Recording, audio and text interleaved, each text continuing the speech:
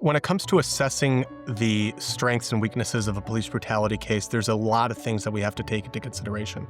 First and foremost, is the law on our side? That's the first thing that we have to ask ourselves. The second thing we have to ask ourselves is jury appeal. Is this a case that we can realistically present to a jury? For example, if there's somebody who committed horrible crimes and the police are chasing after him, and they arrest him. And after he's handcuffed, they punch him in the face. That is clearly unlawful and unconstitutional excessive force. But, and you can kind of fill in the blanks by being creative, based on whatever it is that he just did, what he may have said on video, how much of what he may have just done or said was captured on video with or without audio. These are things that we're going to have to take into account whether it's a case we want to file.